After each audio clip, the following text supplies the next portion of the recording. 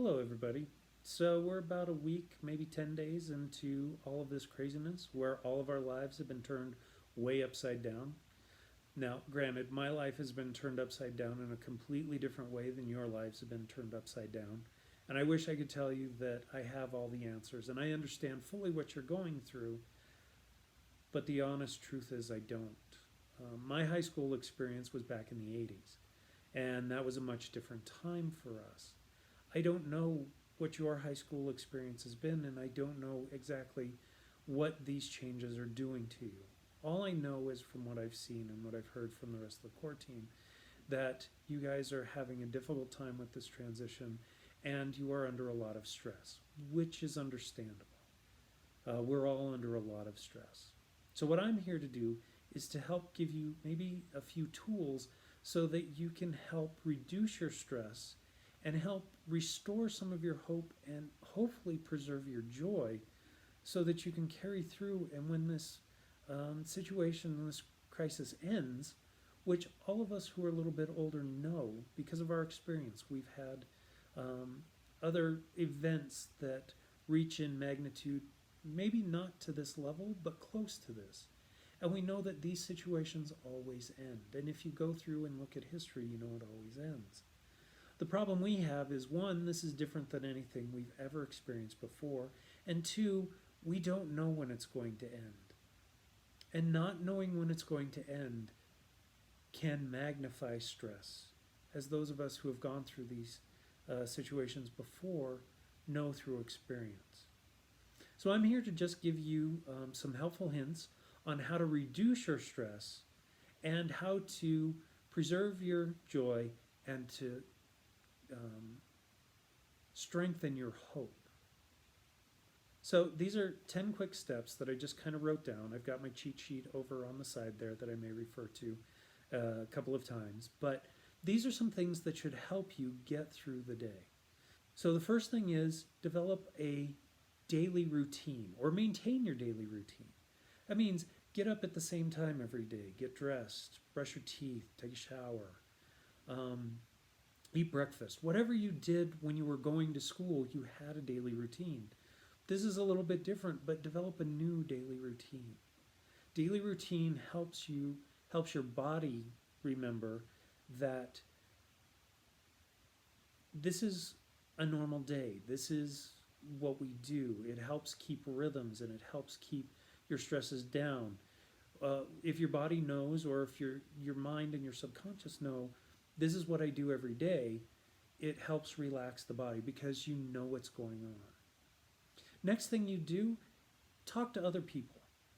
I would recommend pick up the phone and use your phone for what it was for, call somebody, but there's so many more technologies these days. You can FaceTime, you can Snapchat, you can video chat, you can Zoom. We, as a core team, we've been doing some Zoom hangouts and we'll continue to do some of those. You have a whole lot of ways. Talk to your friends, don't cut them out. And I don't mean just chat or text message between each other. Actually, physically talk to people. Having that human interaction, even if it's over a video format like this, will really help um, calm your moods down. You can speak in real time, you can express yourself. So, talk to someone. Try and talk to somebody every day. If it's not your family, find a friend. Call somebody, even if it's for 5 or 10 minutes. Talk to people. That will help you maintain your human connections. Next, help someone out. Now, in this time, it's very difficult to do because we've been asked to keep our distance. So it's not like I can help you clean your house or, help do yard work or stuff like that. But there are things you can do. As you're talking to people, like I mentioned, you should be doing, there may be a problem that they have that they're working through that they may need somebody to listen to. They may need some friendly advice or they may need your help with homework. I noticed I wasn't able to be on the Zoom group chat, but from what I've heard is a lot of you are stressed about how do you study in an online learning scenario. We may have some resources for that. I don't want to make any promises for that. But you may be very good in a subject, say math or English or history. So if your friends are struggling, just kind of get together, help them, maybe share study techniques. Clean your house, help out your family that's around. Find out where your parents are stressed or where your siblings might be stressed. Clean a room. You're at home, you've got some time, clean your room, clean the living room, clean the kitchen. Maybe cook a meal if you're a good cook. If you're not a good cook, maybe you don't cook. But try and find some way to help someone out. If you can't help someone out, maybe while you're on your Facebook chats or your video chats, look about people who are suffering on your Facebook pages, or you see news reports. Offer prayers up for people who may have it a little bit worse than you. By helping someone else out, it helps get your mind out of your situation and the stress you are going through. And that putting the focus on somebody else can kind of help balance you out and kind of help you find perspective. So where you can, try and help somebody out. Next thing is get nostalgic. A lot of times when I go through stressful times, part of the thing with stress is we don't know what's going on. We don't know when it's going to end. So we have a loss of control. A way of regaining some of that control and bringing back some calmness to our life is get nostalgic. Watch an old favorite movie. Maybe it's the Harry Potter, maybe it's some of the Marvel movies, maybe it's read a favorite book. I don't know what it is. For me, I watch old TV shows from the 70s and 80s from when I was a kid, and it reminds me of better times. I also will watch some comedians that I like Brian Regan, or I'll watch some Tim Hawken videos on YouTube. Just something that takes me back to a time when everything was okay. I remember how I felt when I watched those things the first time, and so it helps me get back to that sense of calm. The stress is still there, but it's kind of muted by being nostalgic. Next on that follows up, do something silly. And that goes along with being nostalgic. Laugh. When you're talking with people or if you're on a group chat, joke around. Do something silly. Do karaoke. Do whatever. Just be silly. Bring some laughter into it. If you can on Zoom or on some of these sharing apps, maybe you do a game of Pictionary, or maybe you do video charades, something like that. Watch old cartoons like Bugs Bunny and Roadrunner. I really like Phineas and Ferb when I want to get silly. And I know that's funny, somebody of my age who doesn't have children watches Phineas and Ferb, but I do watch Phineas and Ferb because it makes me laugh. And it's fun for me. It's silliness for me. Do something silly. Make yourself laugh and give yourself permission to laugh, even in dark times. Joy is what we need. Next thing is get up and move. A lot of you play sports and your sports have been cut off. Get up, move, exercise, do jumping jacks, do exercises. Even though we are asked to stay at home, you don't physically have to necessarily stay at home. Maybe you get out, take a walk around your neighborhood, go to a park if not too many people are there. Just take a walk, maybe take a bike ride. If you're not comfortable doing that, do something. Do burpees or do calisthenics in your living room or in your basement. Get up and move. Doing something physical helps your body to purge out some stress physically, and that can help you to relax going forward. Next thing, and this goes along with the move, is go outside. Even if you're not going to take the walk or go to the park, go into your backyard, go into your front yard. Just get outside. Well, okay, not today. Today it's snowing. Well, you may want to get outside today, build a snowman. But we are in spring, so get outside, enjoy the fresh weather, get some fresh air and some sunshine. Doesn't have to be very long, but go ahead, get outside. It'll change your perspective. Just moving from outside to inside does a great deal. Next thing is, I don't know if you do. If you do, great. I'm not very good at this. I never have been very good at this. This is not my go-to. But when I have done it in times of stress, it is helpful. Get a journal.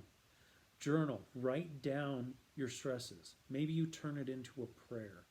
And just unload everything that's in your mind. Things that you may be afraid to say out loud. Write down on a piece of paper or write down in a journal.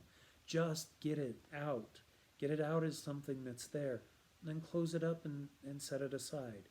You may come back and read it several days later, or you may put it on a shelf and come back to it 5, 10, 15 years later to remember kind of what you were going through. This event is going to define what you are, and you are going to talk about it to friends and then eventually your children and maybe your grandchildren as a seminal moment in your life. You will gain wisdom and you will gain experience out of this that you will want to pass on and that you will want to share. Journaling, one, helps you get that stress out, but two, it helps you prepare for the future.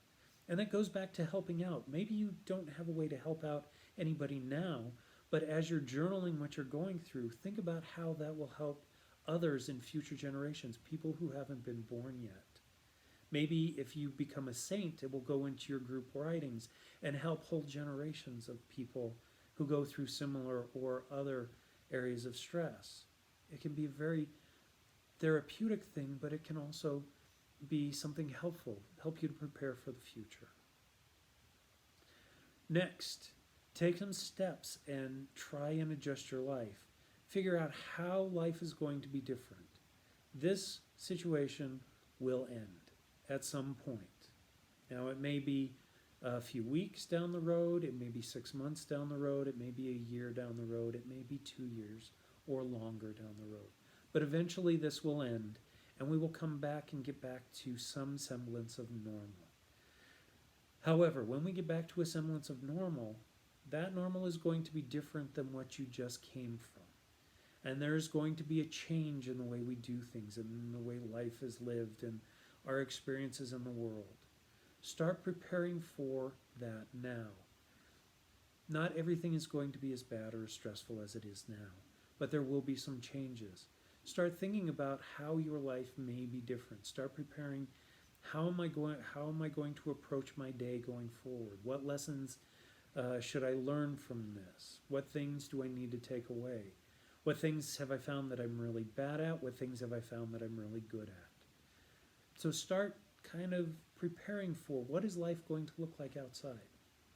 And then the last thing, to help preserve your hope, prepare your celebration. At some point, this will all end. Life will go back to somewhat normal. When that happens, we will all want to celebrate. It happens after everything. Hopefully they've taught you this in history, but when the Great Depression ended, when Prohibition ended, everybody celebrated. When World War II ended, you had the VE Day, Victory in Europe Day, where everybody just celebrated and partied and released all of their joy. VJ Day was the same way. The end of the war, there is a celebration, there is a release and a relief that comes out. There's no reason to wait until it ends. Prepare your celebration now and prepare it going forward, because by preparing how you're going to celebrate, what you want to do, one, it gives you hope for the future. Two, it reminds you that this is not always going to be reality. This is going to end at some point, and it gives you hope going forward. As always, remember, we as the core team are here for you. We're doing these video chats, and we're trying to do some things so that you know you're not alone. We're going through this just as you are. Your parents are going through this just as you are. And we may not be perfect. We may be adding to your stress, and we may be adding to some of your anxiety, and truthfully, it's not what we want to do. We love you all, and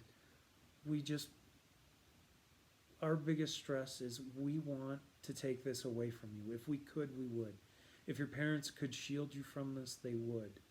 And sometimes our desire to shield you from this and try and pull you away from this and try and help you get out of that stress means we do things that increase your stress or that annoy you or that drive you crazy. In those times, just we ask for your understanding, and we hope that you realize that everything we're doing out of love. And if we are annoying you, just feel free to tell us. We're big boys and girls. We're adults. We can handle it. All we want is to help you guys reduce your stress and feel a little bit better. Look forward to more videos from the entire core team. And if there's anything else you need, you know how to reach us. Good night, and hopefully tomorrow is a better day for all.